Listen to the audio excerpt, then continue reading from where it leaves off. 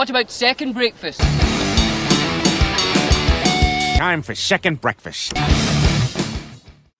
What's up, everybody? Monster from Breakdowns for Breakfast here with another installment of Second Breakfast.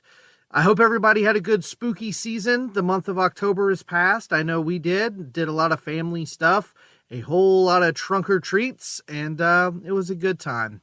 So today, I don't want to take up a lot of your time, but there's something that happened a couple weeks ago that because of spooky season, never got a chance to really address it. And then podcast math is hard. We've been through this. So you might have heard this mentioned in passing on an episode. But I wanted to take a minute to actually stop and talk about the passing of Limp Bizkit bass player Sam Rivers. Obviously, Limp Bizkit's one of my favorite bands. I've been a huge fan ever since 1997 when $3 Bills Y'all came out. And I've always been a huge fan of just all the different, I guess you could say, not iterations, but all the different parts of Limp Bizkit's catalog. Even, the more like mainstream stuff on this first, not $3 Bills Y'all, but on Significant Other and Chocolate Starfish. But then also when they got a little bit more experimental with like Results May Vary, like we did a whole episode on it. I have problems with it, but there's things I like too. And I talk all the time about how much I love Wes Borland and his guitar playing and his stage presence. But Limp Bizkit would not sound the way they do if it wasn't for that rhythm section of Sam Rivers and John Otto. Sam Rivers, in my opinion, is one of the absolute most underrated bass players in heavy music. He had a style and a technique to him that a lot of other bass players don't have.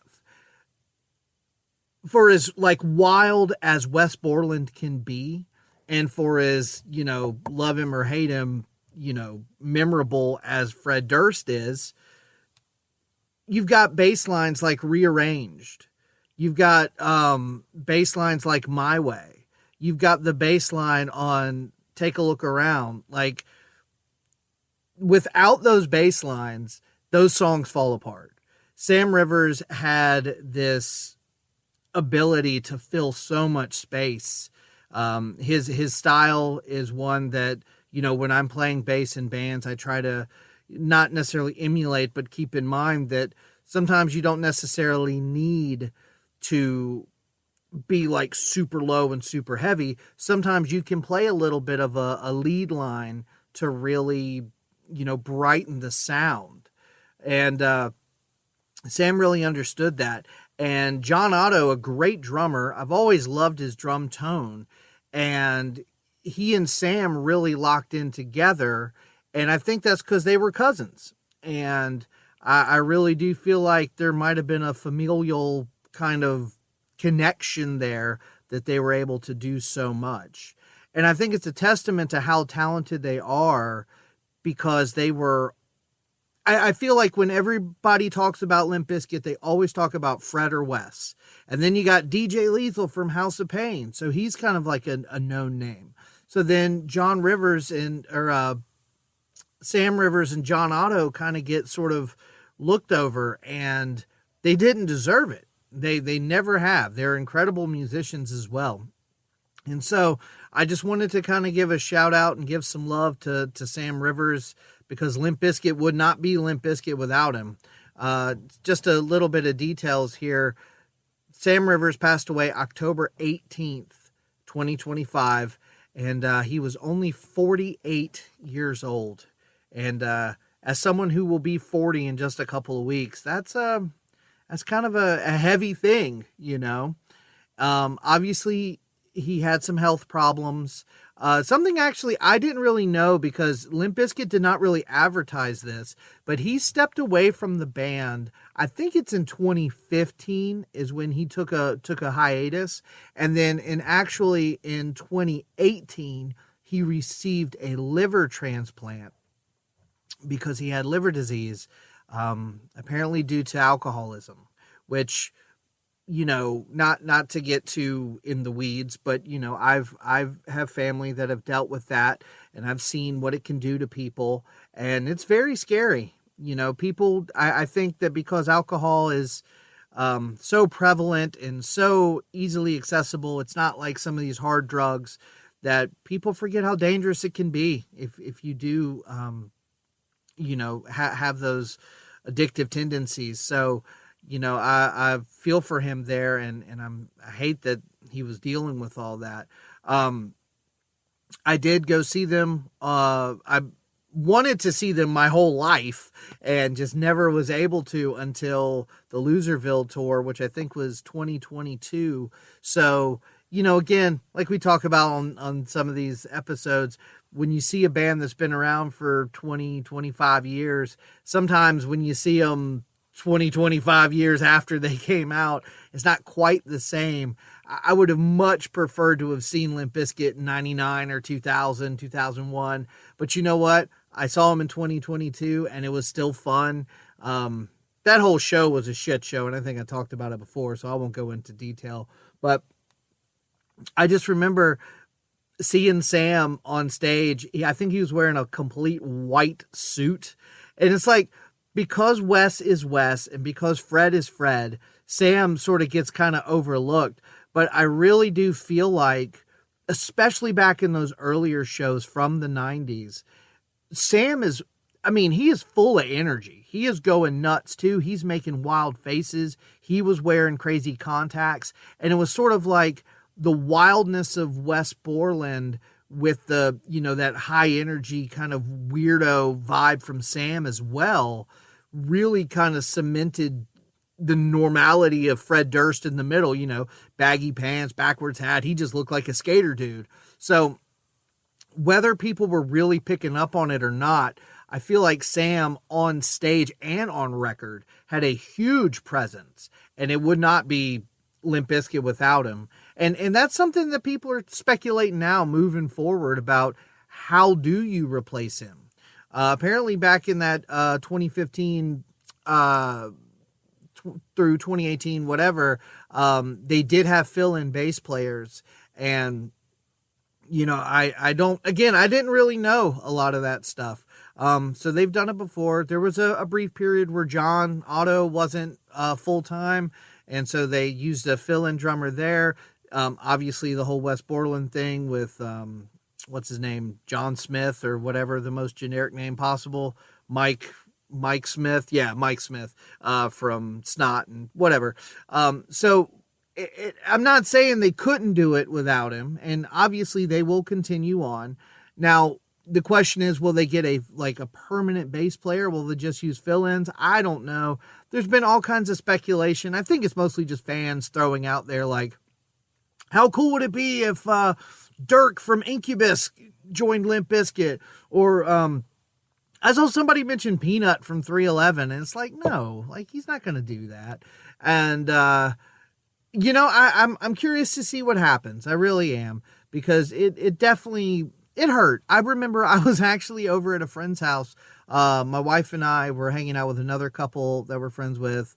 They have some kids that play with our kids, and and so we're just hanging out, watching TV, talking, laughing, and it pops up on my Facebook feed that Sam Rivers died, and I immediately was like, oh no, oh, this sucks.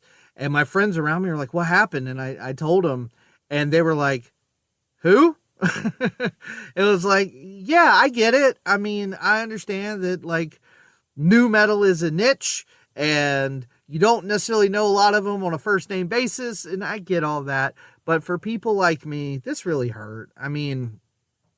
Obviously, like I said before, Limp Bizkit's not my absolute favorite band, but I've been listening to them since 1997. So, for better or for worse, Limp Bizkit has been a part of my life for a long time. So, this sucked. It really did. And being only 48, knowing that he had health issues, all that just makes it even more sad.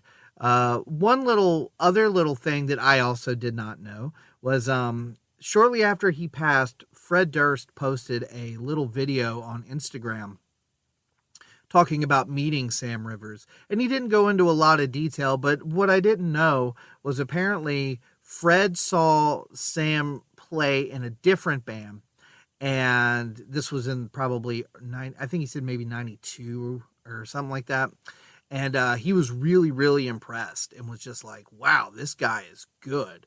So when he got off stage, Fred basically said, hey, man, I've got this project, but I want to work on this other thing. And I think you would be the perfect fit for that. And Sam was like, yeah, dude, sure. Let's see where it goes. And they started to jam a little bit. I'm pretty sure Fred was playing guitar at this point, which is not a good thing, which is why they eventually got a guitar player. But yeah, I think it started with Fred and Sam said, well, I know a drummer. He's a jazz guy. He's my cousin. And they called up John Otto. And that was the beginnings of Limp Bizkit. So, and again, I didn't know any of that. I didn't really know exactly how they all got together. But it seems like Sam was one of the founding members. And, yeah, so for anybody that likes nu metal, for anybody that likes, heavy music, hell, for anybody that likes fun music, this sucks. It really is sad that Sam Rivers has passed away. But you know what? We've got tons and tons of great music. If you go back and actually like watch some old live footage, watch him. He is every bit as entertaining as Wes and Fred. He's got a very distinct look and vibe on stage. He's got a lot of energy. He's also a lot of fun to watch, and he will be missed. As a guy who plays guitar and bass and is a huge fan of Limp Bizkit, Sam Rivers will be missed. And yeah, so I know we talk about Limp Bizkit a lot on the show. We've gotten some comments and some feedback about your opinions on Limp Bizkit, but how does this make you feel? Is this like, oh, so what? I'm not a fan, or does it make you appreciate Limp Bizkit a little bit more? Go back and revisit some of those bass lines and stuff.